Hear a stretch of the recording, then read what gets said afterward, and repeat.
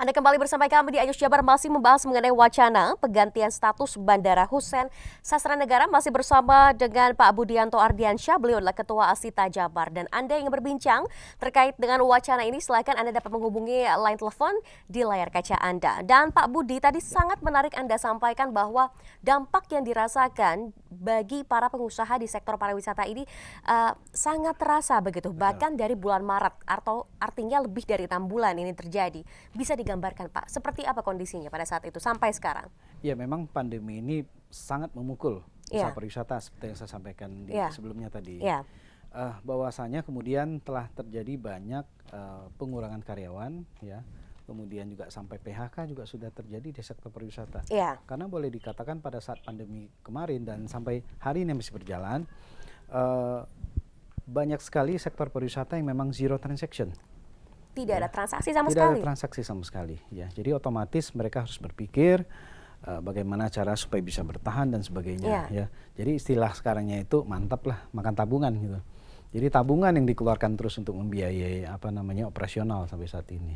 Oke, Pak. Yang paling terasa sektor apa saja, Pak? Apakah tour and travel atau mungkin tempat-tempat wisata juga begitu? Ya, tour and travel atau tour operator, biro perjalanan wisata menjadi salah satu sektor yang paling terpukul. Ya, kemudian boleh diikuti dengan restoran, ya, hotel dan sebagainya. Transportasi juga termasuk. Ya. Oke, baik. Ada satu penelpon yang sudah tergabung melalui line interaktif kita, Pak Herlan di Bandung Barat. Selamat pagi, Pak Herlan. Ya, selamat pagi. Assalamualaikum. Waalaikumsalam. Silakan Pak Herlan dengan pertanyaan Anda. Menurut pendapat saya, disayangkan Bandung itu salah satu 5 kota besar yang ada di Indonesia. Dan ibu kota Provinsi Jawa Barat yang terdiri dari 27 kabupaten kota. Seharusnya bandara internasional itu bukan di Kertajati tapi di Bandung.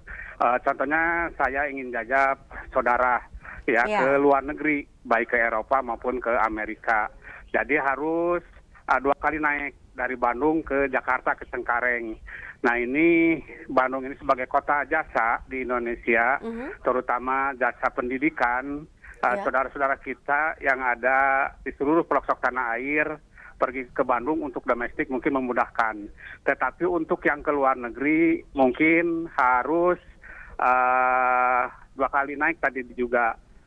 Juga harapan kita ya dengan adanya Bandara Internasional Hussein Sastranegara diubah menjadi domestik, memudahkan warga negara Indonesia untuk pergi ke Bandung, baik untuk menuntut ilmu, berwisata, juga kegiatan-kegiatan lainnya. Mudah-mudahan ini dapat dipertimbangkan oleh masyarakat, oleh pemerintah Provinsi Jawa Barat untuk memudahkan pelayanan kepada masyarakat. Contohnya saya juga sering susah jajak saudara ke luar Jawa seperti ke Bali, ke Kalimantan maupun Sulawesi dan lain sebagainya. Yang terakhir pertanyaannya, apakah Bandara Hussein Sastranegara itu milik pemerintah Provinsi Jawa Barat atau milik TNI? Karena sering digunakan untuk latihan TNI. Terima kasih. Assalamualaikum.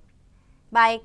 Terima kasih Pak Herlan sudah berbicara bersama kami dari Bandung Barat, tadi menyampaikan aspirasinya ya, berharap bahwa bisa dipertimbangkan lah wacana ini. Tapi tadi juga ada yang menarik pertanyaan, apakah Bandara Hussein Sastranegara ini milik pemerintah atau TNI? Mungkin Pak Budi ingin menanggapi pertanyaan dari Pak Herlan? Iya, saya mungkin langsung jawab aja pertanyaan Pak Herlan mengenai status daripada Bandara Hussein Sastranegara, bahwa memang bandara itu memang milik TNI AU, ya, milik TNI AU yang tapi peruntukannya sekarang juga sudah menjadi bandara komersil yang dikelola oleh Angkasa Pura.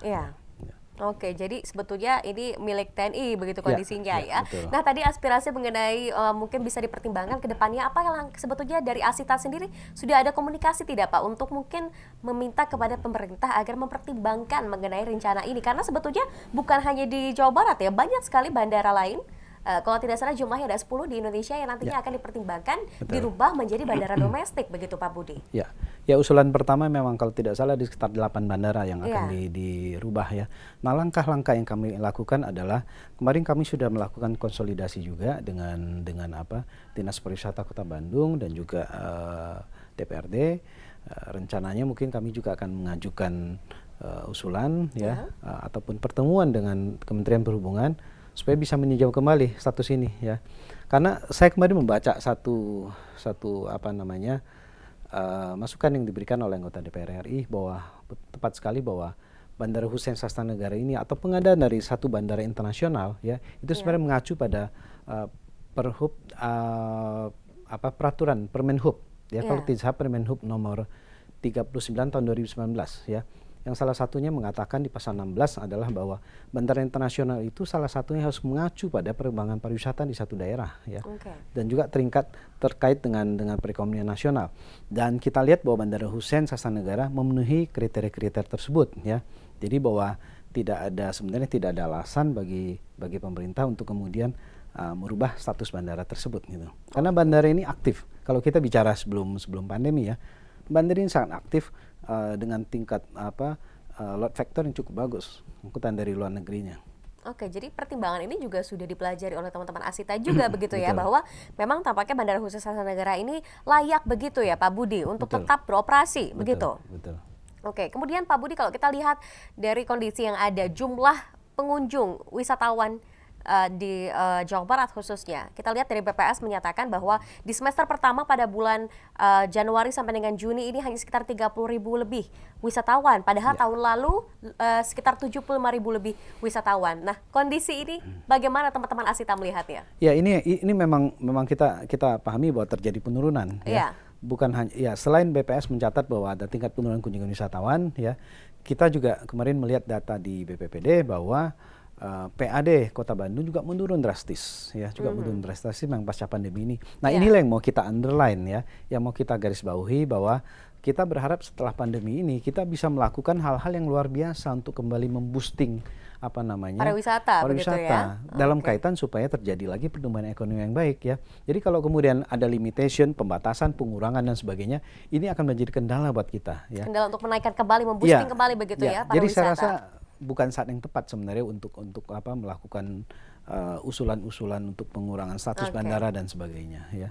Baik. Waktunya tidak tepat. Waktunya tidak tepat untuk saat ini, terutama pada saat pandemi begitu Pak Budi ya. Wacana penggantian status Bandara Hussein masih akan kita bahas, tetap bersama kami. Aisyah Syahbar akan segera kembali untuk Anda.